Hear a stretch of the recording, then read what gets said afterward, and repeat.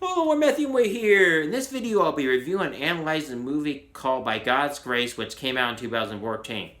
I first saw this movie on my Amazon Prime membership, but later went to IMBD TV. I personally would just pay the $4.99 to get the HD version of this movie, just not to have to watch the ads and you end up owning this movie. This movie is a modern retelling of Charles Dickens' A Christmas Carol. It starts off with Grace Taylor, who's the narrator of this story, and played by Savannah Reynolds, and she tells us she loves her big brother Chris, who's played by Cameron Dean Stewart, but she says he has an attitude problem. I'll go over several topics that I saw in this movie. Chris loses his family to a tragedy, which is that they are killed by a drunk driver. They all die as a result, and this event ends up breaking Chris. Chris loses his heart, and he believes that all that matters is work. He buries himself into work that he suddenly believes everyone should work on Christmas Eve like Ebenezer Scrooge did. Chris is having his employees work late when they should be off or get off early if they are not off. Chris tells Bill, last time that I checked, Christmas Eve is not a holiday.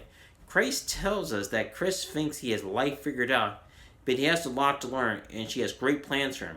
Her plans are getting his heart back and help him to realize there is more to life than getting up and going to work.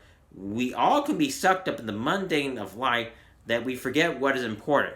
Chris is focused on this deal with Trinity that he fires his best employee, which is his father's best friend Bill, and is the vice president's Century Air. He's afraid he will lose the deal to Pacific West Air and that it will be costly. The man that runs Trinity asks him, do you think your father would be proud? This is a lot to ponder, to say the least. Before that, Chris was with Samantha Tipton, his best friend since they were small. Samantha is asking for help for the youth shelter and telling him that the youth home would be foreclosed if he does not help. Chris tells her he only invests in things that have a monetary return. Samantha tells him that there would be a return if someone believes in these kids. Grace as Jacob Marley goes to Christmas past, Christmas present, and Christmas future wrapped up in one. There's also dramatic irony with Grace's name. She ends up being Grace to Chris in this story.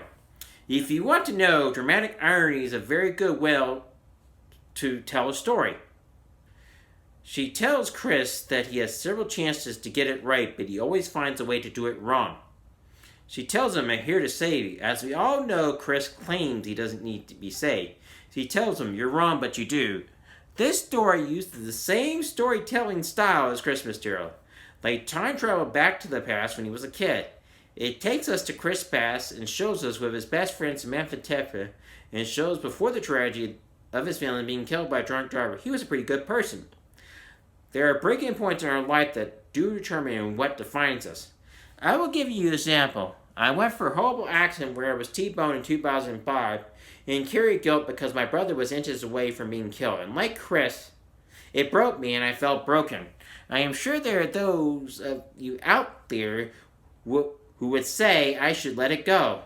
It is not that easy. Physical pain is a lot easier to heal from than emotional spiritual pain. Chris ends up being emotionally and spiritually scarred after he loses his family to the tragedy of being killed by a drunk driver. I can empathize with Chris as I've been there myself. After the event of losing his family to the drunk driver, it was easier to push everyone away that he cared about and those that cared about him. He pushes Samantha, Diane, and anyone else he can out of his life. He would claim he was protecting himself from getting hurt. He thought he should have been in the car with his family. Grace tells him there's nothing you could have done. It was God's plan. He tells Grace, to ruin his life? What loving God would do something this horrible of having his family getting killed by a drunk driver? We go back to the present and see everything that happens. Chris sees that he hurt Samantha Tipton, his best friend since childhood. The youth shelter is not doing well as foreclosure looms around the corner. The kids could be on the street. We go to the future. Everything bad that could have happened has happened. The youth shelter is closed and everyone is having to scrape by with jobs they can find. One of the kids ends up with a foster dad that is abusive. One of the kids gets the other kid out of the situation with the abusive father and they end up on the street. Chris tells us this never should have happened. Grace tells us, and him, it's like what Mom said, our actions have consequences, whether intentional or accidental. I will now go back to John Eldridge, who I mentioned in one of my reviews in Who Framed Roger Rabbit. What happened to Chris is that he got wounded and this won't end up destroying and defining his life. We all have events in our lives that can define us or not. It is up to us to decide what to do with it. Easier said than done. I believe with God's help we can. Do you think Chris redeems or not? Does Grace end up saving him? Does Chris end up with Samantha, his best friend since childhood? Does the youth shelter get saved or not? These are questions that I will leave you with. I give this movie a 9 out of 10. I thought it was well done, and I can tell you this from a personal level. I can relate to Chris and his pain. I also like that it uses the same storytelling style of Christmas Carol and shows how pain can break us to how we decide to let it define our lives. If you enjoyed this video, please like and subscribe to my channel. Please hit the notification bell to be notified of any future videos that come on the channel. Please let me know what books, movies, and TV shows you'd like me to review next in the comment section below. Please share this video with your friends and family so my channel can grow. Thank you and have a wonderful day.